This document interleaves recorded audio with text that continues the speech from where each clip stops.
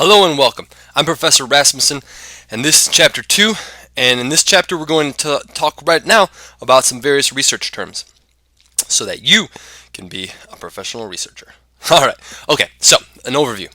We're going to talk about research versus lit review. It's an important distinction to make. Make sure you pay attention, especially to this one.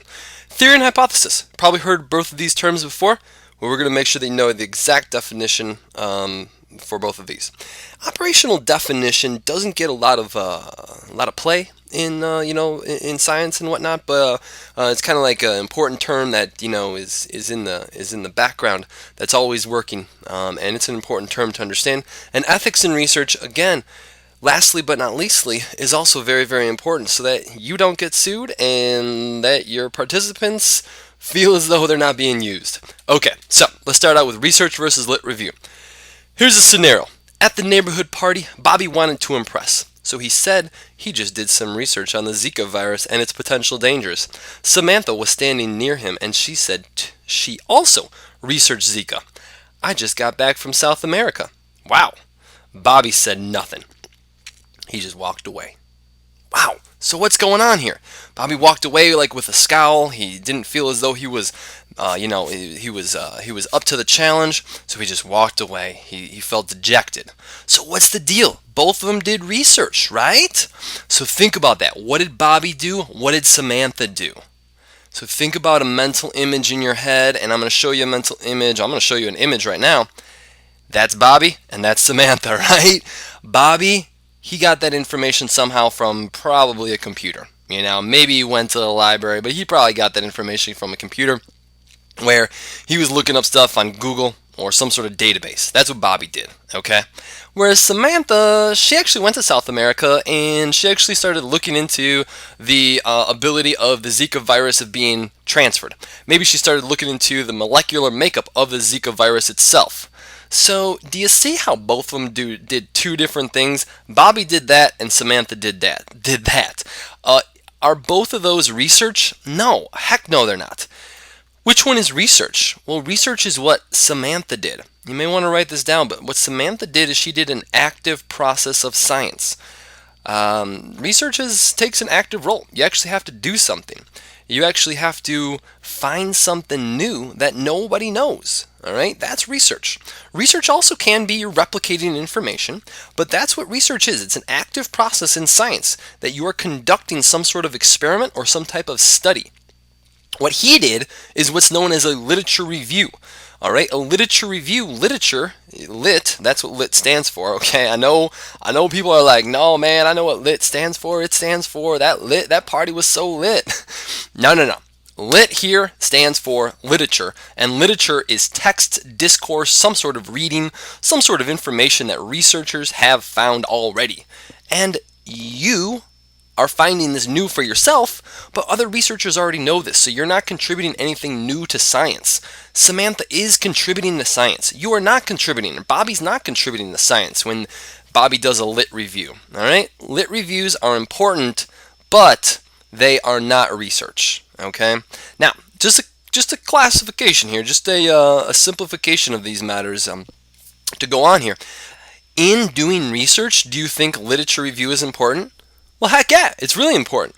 She needs to know what other researchers have found to base her hypotheses on, all right? So that's an important thing. Research what Samantha's doing. Lit review is very important for what Samantha's doing. However, lit review is not research, okay? So get those two terms down. Hopefully this has helped. All right, so now when you hear the word theory, what do you think? What comes to your mind? So I'll give you a moment. You can pause it if you need to. Alright, so probably a lot of things come to your mind, but here's some terms that people kind of use. In layman's terms, a lot of times people say, oh, it's a guess.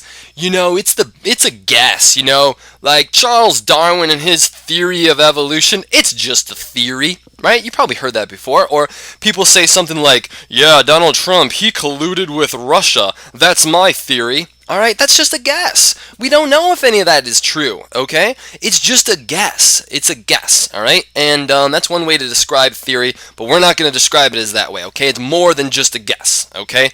I like to say don't use the word theory lightly. It's not a guess. Definitely not a guess. That would be an assumption, All right. Now, a theoretical is perfectly fine to use the word theory in theoretical. Oftentimes theoretical is used in theoretical physics, all right, or physicists who are theoretical physicists. What they do is they basically use math and logic to come up with explanations of what they believe is going on in the universe or on Earth or with atoms and different substances such as that, and they use theoretical explanations. Theoretical are all based on ideas through math and logic, and they are not yet been supported via evidence. However, when science comes around and when technology comes around, then and only then can those theoretical propositions, those theoretical proposals be supported or rejected with evidence. And then some of that evidence has been supported and rejected right now. There is a particle accelerator. Well, there's one in Batavia, Illinois. Batavia is a little bit south of College of Lake County, actually far south of College of Lake County, but it's a particle accelerator. Fermi Lab is a particle accelerator. They do many experiments there. There's also a very large particle accelerator in Switzerland. It's the Hadron particle accelerator, and they do experiments there based on a lot of theoretical physics, okay, and they either support or reject those theoretical claims, and some really cool stuff is going on there. All right, so that's theoretical. Now the last one is scientific theory. Scientific theory is how I want you to think about scientific theory, or the word theory, and that scientific theory is, I'll give you a few factors that make up the scientific theory, but a scientific theory, you could think about it, is it's more than a guess, it's more than just math and logic. It is the best way that we currently have to explain the observations. Again, I'll say this again. It is the best way to explain what is going on in the world. Okay? So this data that comes from many experiments all seems to support this one overarching explanation. And that explanation would be a scientific theory. So when all of the data time and time again has been supported to suggest the same exact thing, well, that's oftentimes a scientific theory. It's the best current explanation that we have going, all right, to explain some sort of occurrence or observation. So what are some scientific theories, you might ask? Well, yeah, one of them is from Charles Darwin and the much supported theory of evolution, all right? Another one is, yeah, you may have heard of this. It's called the theory of plate tectonics, right? People think that the theory of plate tectonics isn't a theory, it's proof. Well, there's no real proof. I mean, we don't see plate tectonics in essence, right? We do experiments, then we believe these plate tectonics exist, and we have a whole lot of evidence for that, just like we have evolution. But if something came around tomorrow, well, then we would say, whoa, maybe we have to reconsider our theory of, Homo sapiens and how they change from other organisms, or maybe we have to think about why those mountains are there. Maybe it's something like in the sky that's pulling the land upwards, but we're not gonna find that stuff, more than likely. But we could. But it's unlikely we're going to find some sort of magical power that's pulling the mountains upward. No, ladies and gentlemen, it's more than likely two plates that are crashing together that are creating the mountains. All right, such as the Himalaya mountains. All right, that's a good representation. The Himalayas, those are created through two continents being smashed together to create that upheaval in the land. All right, so these are scientific theories. It's the best explanation we have going. So what are some factors of a scientific theory? Well, I'm going to explain three. Others might explain more or less, but I'm going to have three. First one is that it's internally consistent. It doesn't make contradictions. Okay, that's important because a lot of things make contradictions. If you were to read biblical texts, there oftentimes are contradictions in such texts. Okay. Now again, don't come sending a lynch party to my house. I'm not saying that the Bible is bad or anything like that. I'm just saying there's some contradictions. However, theory of evolution, theory of plate tectonics, theory of relativity, they do not have contradictions, especially evolution and plate tectonics. No contradictions. It says what it says, and it sticks to it. Falsifiability. It's a great term to wrap your head around. Falsifiability, well, it sounds like false. False. You can falsify something. Falsify, if you're going to falsify something, that means you can prove it wrong. So you can prove a theory wrong, okay? A lot of times people say, well, that's not a strong theory. I want a theory that can never be proven wrong. No. You want a theory that can be proven wrong, but it hasn't been proven wrong. I'll come back to that in a second. So for instance, you can find evidence against your explanation. So for the theory of evolution the theory of evolution suggests that life forms today changed and came from ancestors that were around in the past. Oftentimes from a much simpler ancestor to a more complex or just a changed and adapted present-day organism. Now, if the theory of evolution can be falsified, it can be. And here's how. Basically, when Charles Darwin was coming up with a theory and noting his observations while on the HMS Beagle, that was the ship that he was on in the Galapagos Islands and other places, he started to note different occurrences that he saw.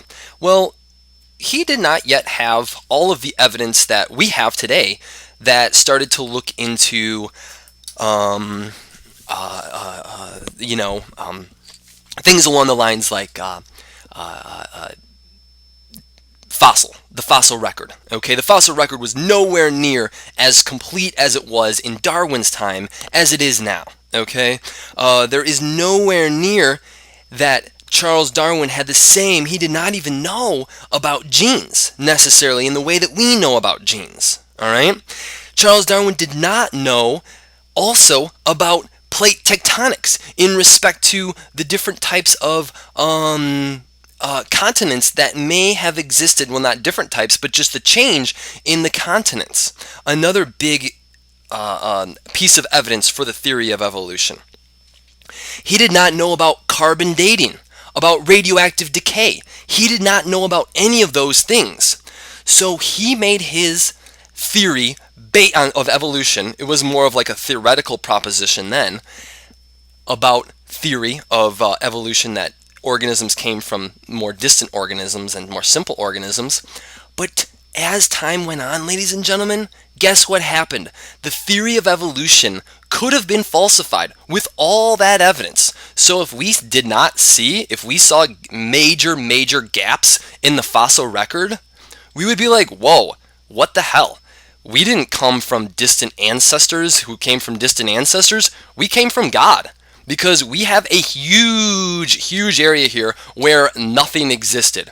Or whoa, the world is much younger than we believed. The world is only like, it's like 3,000 years old. Some people believe the world is like 3 to 4 to maybe 40,000 years old. Researchers don't believe so. They believe it's over 4 billion years old through various means of data collection. But if we collected data and we found that the world was young, we found major gaps in the fossil record, we found dinosaurs living when we were living, yeah, we would probably say to ourselves, man, evolution's not right. But guess what? We didn't find that. So therefore, what happened is the theory of evolution could have been proven wrong, but it yet hasn't. That makes a strong theory. It's like an athlete. Think about this.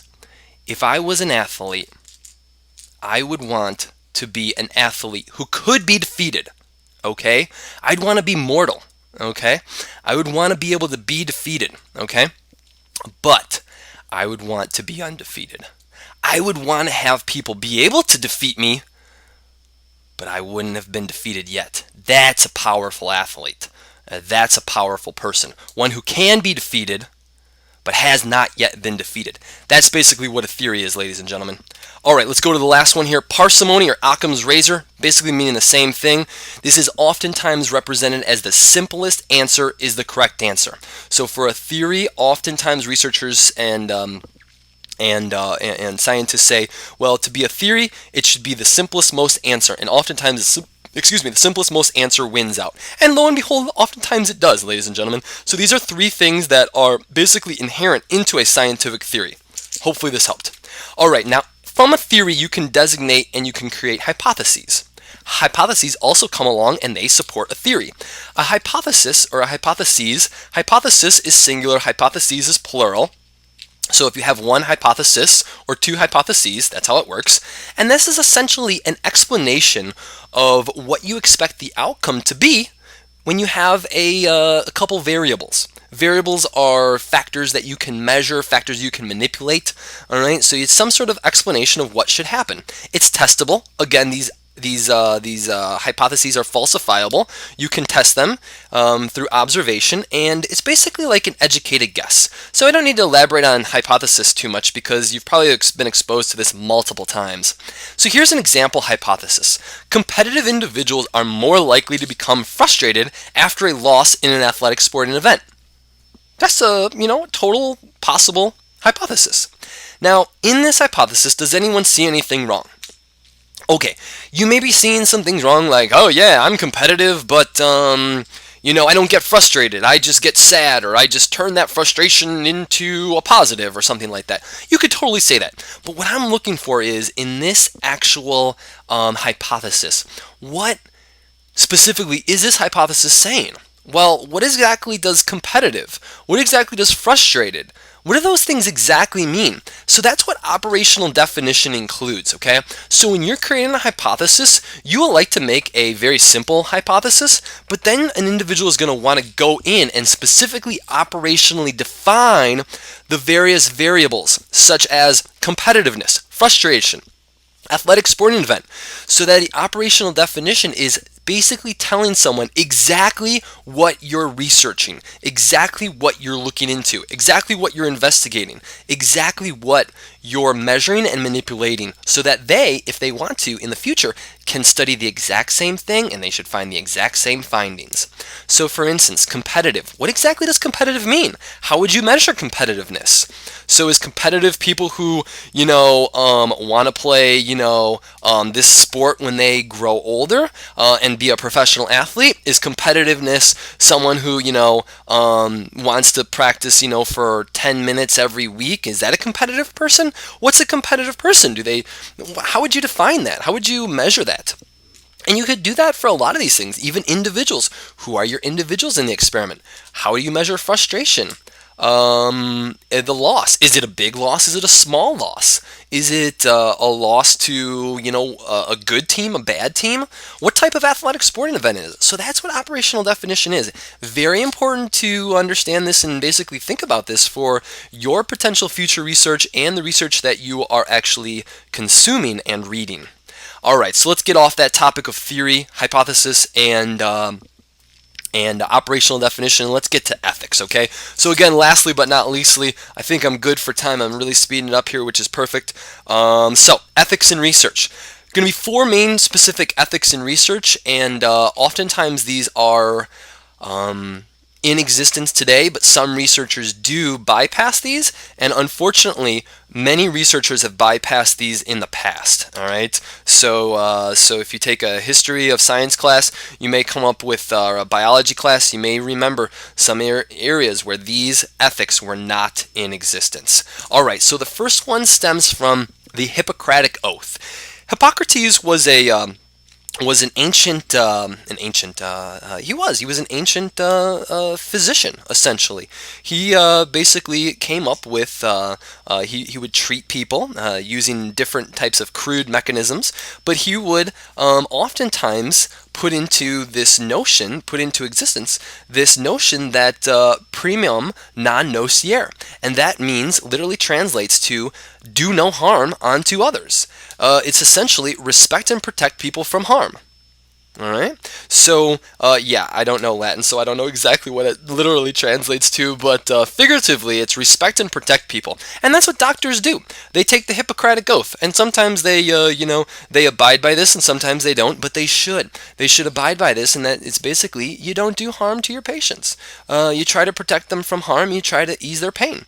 So you respect them, and you protect them from harm. That's what researchers should do too, in the realm of psychology. Another one is you obtain informed consent. Now the thing is, you're going to be doing an experiment on a person, all right? And if you're doing an experiment on a person, you want to basically tell them what this experiment is about so that they know what to expect. They don't want to get into an experiment where they are going to be completely blindsided by something that could be potentially dangerous for them that they would want to know about. They would have some sort of want and right to be informed of what the overall process should be. Now, it's important to note that in psychological experiments, oftentimes deception will occur. What does that mean? Well, deception is lying. Oftentimes, it's important to tell a cover story to hide and mask your ultimate, your research goal, so that the participant doesn't become aware and change their behavior. So therefore, you don't have to tell them that you're lying to them, but you can tell them the details of what to expect. But again, you don't tell them everything. All right. Do you tell them everything at some point? Yeah, but not in the beginning. Confidentiality is important. This is a no-brainer. People don't want their information getting out. I mean, if you go to the doctor and the doctor says to you, "Oh yeah, this thing on your lip, it looks like herpes." You don't want that information getting out, right? Overall, you may not care. But let's pretend you got brain cancer or you have AIDS. You have some sort of degenerative disease where you're going to die in 20 years.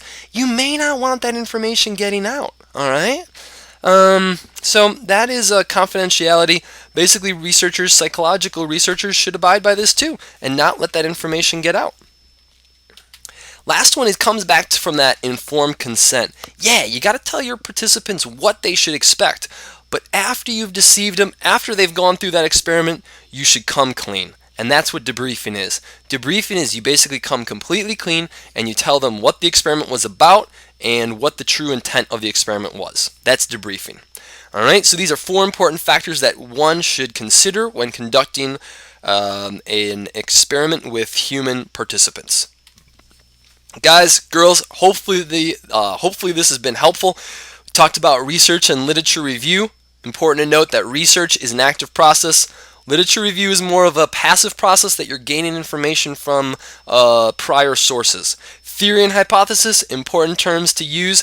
Don't use the word theory lightly, and a theory is very, very powerful. Hypotheses can be supporting theories, and hypotheses can come from theories. Operational definition fits in with theory and hypothesis, especially in respect to hypothesis, and now you also know how to be an ethical researcher.